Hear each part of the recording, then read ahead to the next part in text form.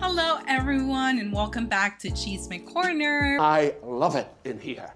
I love it! where we're going to be covering the new season of 90 Day Fiancé. I am so excited, as you can tell. Also, please make sure to subscribe to my channel if you do watch my videos, and like the videos too if you like what I put up. I have a lot of people that are watching my videos but are not subscribed to the channel, so I would really appreciate it if you do. Now off to 90 Day Fiancé.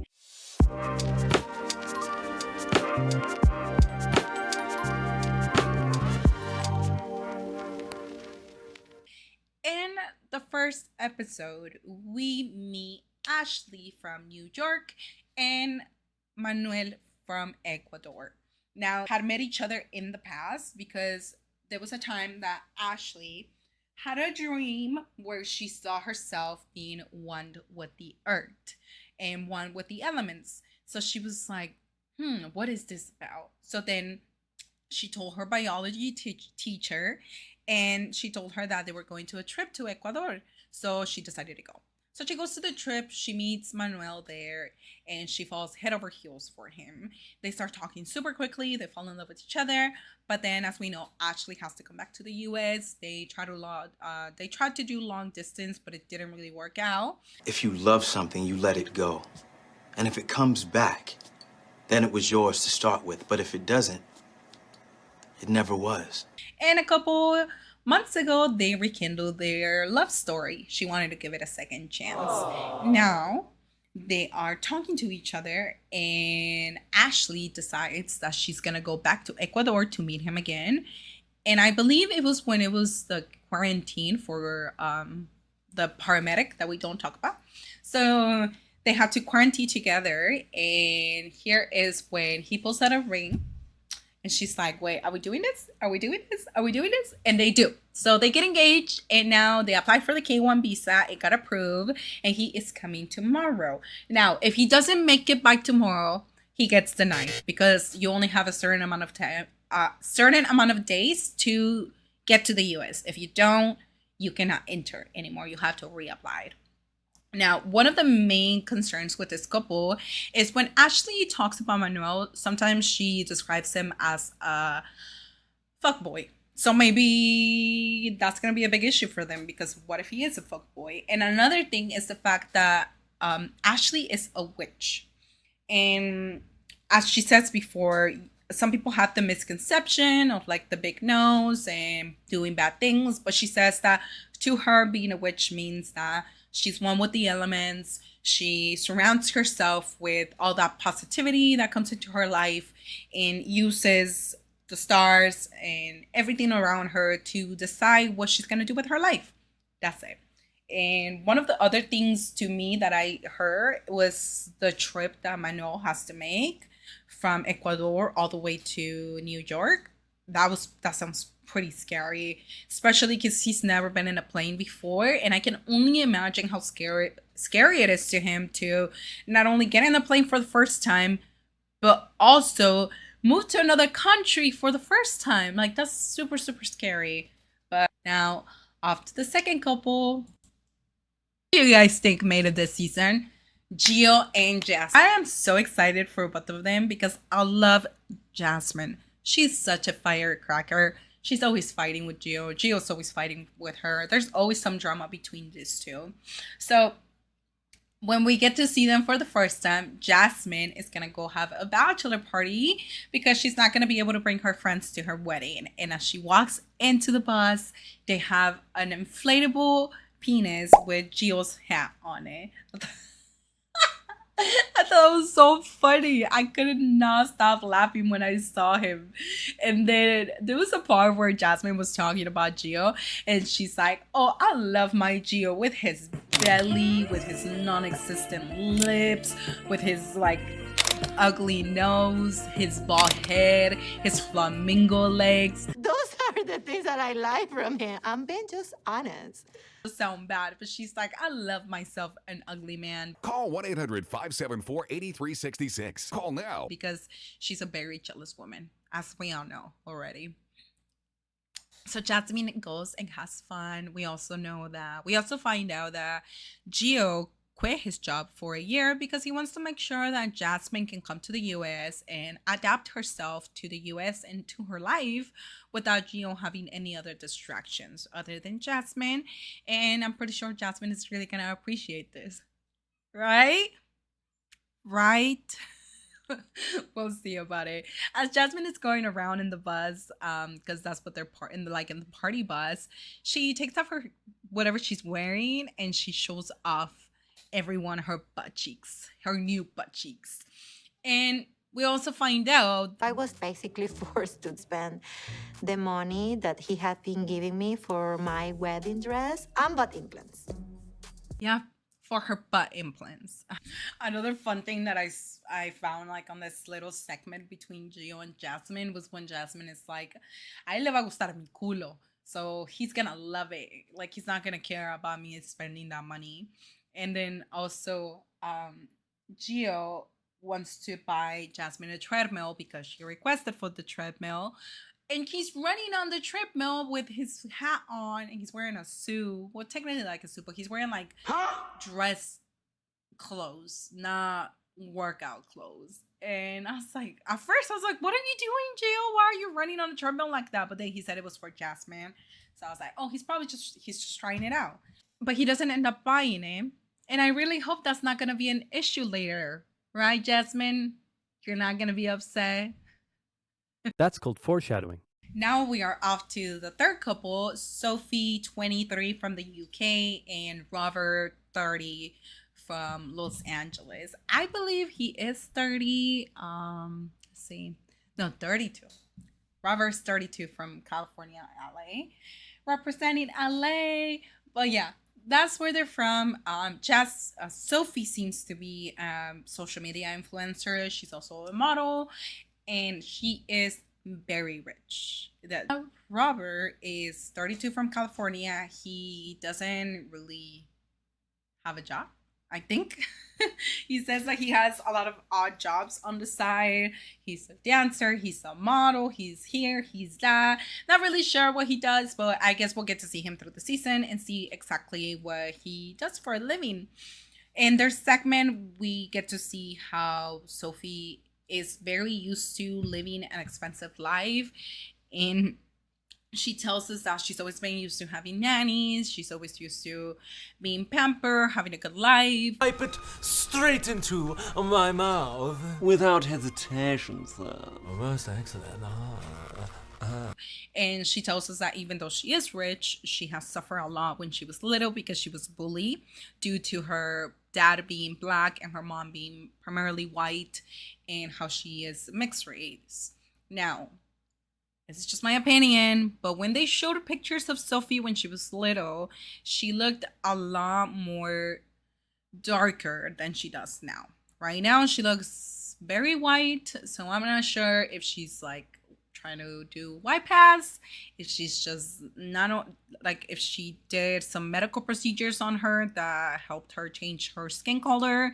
I don't even know if that's possible, but I'm here to say that maybe you should embrace who you are and love yourself. It's my opinion, but to each their own. Now, as we see, Robert is very worried about the fact that she's so used to a high life and he's gonna come live with her. I mean, that she's gonna come live with him in a one little bedroom with the restroom outside of the bedroom, and she has to walk a couple steps to it. And honestly, the place is in shatters. Hey girl, welcome to my crib. It's definitely in shatters. It does need a lot of help. But we all know the situation here in the US is not very good. A lot of people are not able to afford anything, as to matter, like sometimes people are not even able to afford to live in a better house, in a better home. So we'll see how that plays out for them. They have a little part too where Robert is trying to do a little dance for Sophie so he can propose to her when she walks down the airplane.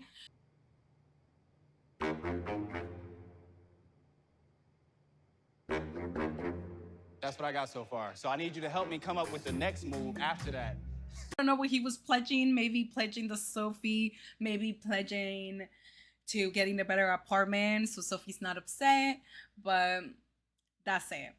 And his instructor or his friend, I can't remember his name exactly, but his friend is telling him like, how are you so sure that this relationship's gonna work? Because one of the main concerns is that last time that Sophie traveled to LA, she was on Bumble and she told Rob that it was because she wanted to make friends, but that was not the only time. There was also a second time when they went to Mexico where she was on Bumble too. But what he doesn't tell us is that Sophie has actually seen him do other things too. Like, for example, there was this girl that sent a explicit video of Rob to her. Yeah. And that was not the first time. I guess there were other times where there were other girls sending Sophie pictures and videos of Rob. So it's like those things where like you talk about your person and you say they're doing this to you, but what are you doing to them? What are you doing to them? Because that's worrisome. Like, it seems like there's things that we're all hiding from each other in this season, you know. It's just not good. Not off to a good start, but we'll see what happens. Are you guys ready for the third couple? We have Justin, 36 from Moldova, and Nikki, 47 from New Jersey. Justin, I don't know how to feel about this couple. And it's because, so when Nikki met Justin, she had actually traveled to Moldova to meet someone else. So she had fallen in love with someone. This person did some illegal stuff here in the US, so they got deported. And then she traveled down there to meet them. As she gets there, she realizes that he has a whole another life over there. So she gets on a friend's app and she meets Justin. Justin is not his real name. His name is Igor, but she didn't like the name because she thought it was ugly, and she named him Justin because he looks like Justin Timberlake. I guess he did back then. That's what she says. I guess kind of. I can see it a little bit, but not a lot. They start dating, they get pretty close to each other, and this is when they get engaged. She proposes to her, and she files for the K1 visa. He came to the US for 2 weeks, but a lot of the things were not working out. I guess he wasn't really cleaning around himself. He wasn't doing anything else. And then in the heat of the argument, she told him that she was transgender. And after saying this, he freaked out. He fell into a very bad depression, and he flew back to Moldova to try to find himself again and just trying to see where he stands in that situation. After years, I believe after 7 years, they rekindled their friendship again. They started talking, and then this when they decided that they were going to go to Mexico and see if their relationship is gonna work out, if they could still be together. And they decide that, yeah, they're gonna give it a second chance. So she is going to be flying out to Moldova to see if their relationship is gonna work, and maybe she'll apply for the K1 visa. But she also says that this is the last time that they can apply for the K1 visa because you only get 2 chances. So if this doesn't work out, there's really no other option for their relationship to exist in the realms of 90 Day Fiancé. So we'll see how that plays out. One of the things that kind of comes back to me about this relationship is the fact that when she met Justin, he was 19 years old, and that to me was just a little bit questionable. Now he's more mature, you know, he is 36, he understands life better, so I do appreciate the fact that he was able to get out of this relationship and I'll come back later when he's more mature and he can make better decisions about his life. Another problem for this relationship is that there seems to be times where Justin isn't really attractive to Nikki, and I don't know why that is. Like, there's also a clip where he tells her that he likes her more natural than anything, and Nikki has all the surgeries in the world that you could possibly think of. She even says it herself. She has everything that she can. Like, anything that you could possibly think of, she has. Nose, lip fillers, like something that you put in your cheeks. I don't know. a lot of stuff. So we'll see how that plays out because she likes to wear a lot of makeup. She likes to get ready for a lot of things, and she's also a model and a singer. I think she's also like a choreographer and stuff like that. So we'll see how that plays out between these two. After we meet the second couple, we are back with Rob and Sophie. And Sophie is talking to her mom because it seems like the relationship between Rob and Sophie's mother is not pretty good. True, he's stupid, he's grumpy, he's the epitome of a knob.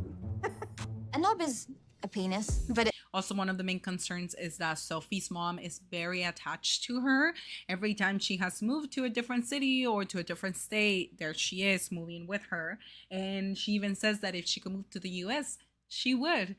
So, you know, mommy's girl. Nah, is that what it is? Mommy's girl? And then we see Rob just trying to clean his house and trying to like make it clean for Sophie, trying to make her comfortable. Sophie's mom also tells her, talks cheap but money buys houses, and she's right. I mean, Sophie is so used to a luxurious life, you know, a rich girl life. How is she gonna deal with LA? I mean, we know LA. Rob lives in Inglewood, and he doesn't live in the best part of Inglewood. So is she gonna like it? Pretty sure she's not, but we'll see how that plays out between the two of them, and we'll see what the issues are going to be. Moving on from Sophie and Rob, we are back with Ashley and Manuel, and Ashley is going out with some of her friends to have some drinks and talk about what's about to happen the next day, which is Manuel coming to the US. And here's where we, like I said earlier, we find out that not only does Manuel mom doesn't know that he's coming to the US, but he's going to wait to tell her until he's in the US, so she doesn't have to worry about that. Hasn't Manuel told his mother that he is coming to America to live with his fiancé? That's a Manuel question. Right there, like, okay, why you have to wait for you to tell your mom and your family members so late? Like, why don't you just tell them right now? Why don't you? What's making you not tell them? But whatever. She also tells us that Full transparency. That's all we want. Yeah. If does not go the way that I see fit, I am prepared to bounce. a little hypocritical to me because in a relationship, you can't just say, if I don't see a fit, then it's not going to work out. It's if we don't see a fit, if we can't come to terms with each other, then we're going to dip. You know, that's how it's supposed to work. But we'll see how that goes. And she also tells us that she has a tendency for making decisions and then regretting her decisions and pretending like she never made that decision. A lot of decisions. Off to our favorite couple, Jasmine and Gio. At first, we get to talk to Jasmine a little bit and see. This is the first time that Jasmine has actually put her children on camera. I don't believe that I've seen her do this before. She has been very private about her kid's life, which I really respect, until now that she is having a conversation with her kid and letting him know that yes, they had talked about the 90-day fiance visa, but he doesn't know that she's literally living in a couple of days. Like, she's out. Mamá, ¿en qué día te vas? En un par de días. Lo que más me gusta hacer con mi mamá es pasar tiempo con ella. The kid took it so well, so well. This is from personal experience, but I remember when my mom gave me the news that she was moving to the US a long time ago, and I was gonna have to stay in Mexico for a couple years until she was able to bring me, and it was honestly heartbreaking. I remember days without my mom were super sad, so I can only imagine how the little boy feels, and I hope that he can cope with those feelings and just have that hope that he's gonna be able to come here eventually and have a better life. So we'll see how that plays out. And the funniest part is that they don't have a language in common. But they were getting along, they were playing, they were communicating so well. It was such a beautiful moment. It's something that I will take in my heart until the day I die. that her kid and Gio have a really good relationship. They like each other a lot, even though they don't speak the same language. But it's something that can be fixed and it's not going to be a big issue. Also, one of the main things that happens in this episode is when we find out that Jasmine is pretty upset at Gio's sister-in-law because she sent her this message. And Jasmine is not happy about it because she didn't say hi, how are you doing? Oh, please, can you please not do this? It was more like an order to Jasmine, and Jasmine doesn't react well to orders. Jasmine likes for people to put her into consideration. So after this, she starts packing her things. She goes off to give her little puppy a last bath and last grooming session. And while this is happening, she calls Gio. This is when we meet Coco, our favorite character of this episode. The little puppers. He's so adorable. But he's still not potty trained. I can't believe that Jasmine hasn't spent the time to potty train him. She blames it on him being anxious. But I mean, I have dogs and they're anxious too. And they are potty trained. So you gotta get it together, Jasmine. All you do is to complain about me, to compare me to your family, to just let me know and throw it to my face. After Jasmine takes Coco to the grooming place, she calls Gio so they can just have a conversation. And as they're talking, Gio's telling her, have you trained Coco? You know, have you potty trained Coco? Because last time I was there, he was peeing everywhere. So I'm hoping that you already did. And Jasmine's like, well, Gio, he has anxiety, so I can't. It's not about training him. He just has anxiety. Which, okay, I get it, but like I have 2 dogs and one of my dogs does have anxiety and she doesn't pee everywhere. She is potty trained, but she gets really scared when things happen. And that doesn't make her, you know, pee on everything. And right here, Gio realizes, he's like, is everything okay, Jasmine? Are you okay? Is something happening? And she's like, define okay, Gio. We know that Jasmine is testing him. And then she drops it with him that tells her that, tells him that she got a message from the sister-in-law and that she's not happy about it because it feels more like a demand and not a request. And then Gio explains to her, you know, it sounds like that because we were talking about the situation and she sent you the message while me and her were talking. So that's why it sounds like that. And Jasmine's like, no, Gio. You always put your family first. You always put your family first. I want to be first. I want to be your priority. At least she's being honest. At least she's telling him that she doesn't like being the second person. So that's working out. But we all know Jasmine. That's the cute with Jasmine. Say hi to your lovely family. Like, she's so mad about it. I can't stand it sometimes. Like this segments with Jasmine on it make me want to crack up because she's so wild. But yeah, as you guys can tell, she's very upset about the situation. She's very, very mad about it. So we'll see how that plays out when she gets to the US and if they make the way between those days.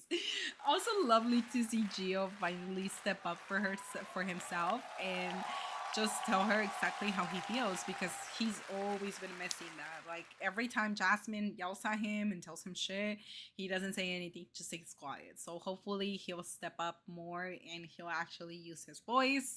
Also, Jasmine has been doing a little better when it comes to how she reacts to certain things. So yeah, we'll see how that works. After we get this Jasmine and Gio, we are back with Sophie and Rob. And I had already talked about the dance, so we're not going to talk about the dance. But here's when we also find out that Sophie identifies as bisexual. And she hasn't really gotten a chance to experience this with anyone because she's always been with men. But she's about to get married.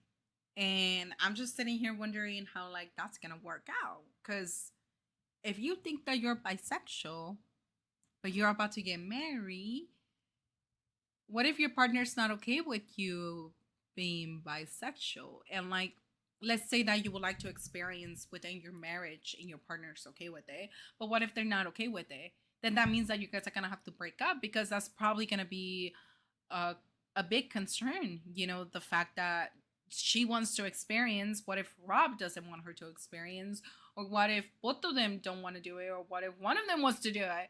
So I'm just here sitting like, okay, another problem that we're gonna see within this couple, and just something else that like everyone just keeps hiding stuff from each other. This is such a peculiar thing. You know, you have 90 days to make it work, and if not, you have to go back to your country. This is so peculiar. Like, this should be the time where everyone is super honest with each other and actually talks about the things that they need to talk about, but they're not going to. And then after we go back with Ashley and Manuel, and Ashley is on her way to the airport, but she hasn't heard anything from Manuel since he arrived to Miami, and she says that all the messages have been left unread, so she is worried that he has been detained at customs and that he's not gonna make it. And as we know, if he does not make it, then he doesn't get to stay in the US, because he waited until both of them waited till the last minute, like the next day that their visa is about to expire, and if he doesn't come before that, then you know the time's up, he can't come. So we'll see how that plays out. However, I did see on social media, this is spoilers. If you guys don't want to know, then fast forward to this time step. But TLC had a 90-day party a couple weeks ago. I think it was 2 weeks ago at most. And right there, we were able to see Manuel and Ashley together. And this is also when I found out that Ashley is fluent in Spanish, because she was translating all of the questions to Manuel. And we know that if Manuel's here, it's because his visa got approved and because both of them got married. So we already know that those two are gonna get married. And as we also know, this Jasmine and Gio are together, and she did get married with him because she was also at the party, and she's been posting all over social media lately. So we all know that Jasmine is already here, but we are all here for the drama. Thank you so much, guys, for watching this video and making it till the end. If you haven't subscribed, please make sure you subscribe and like the video if you enjoyed it. Drop any comments about what you think about this new couples, and if you think they're all gonna make it through. Thank you so much for watching, and I hope you have a great day. Bye.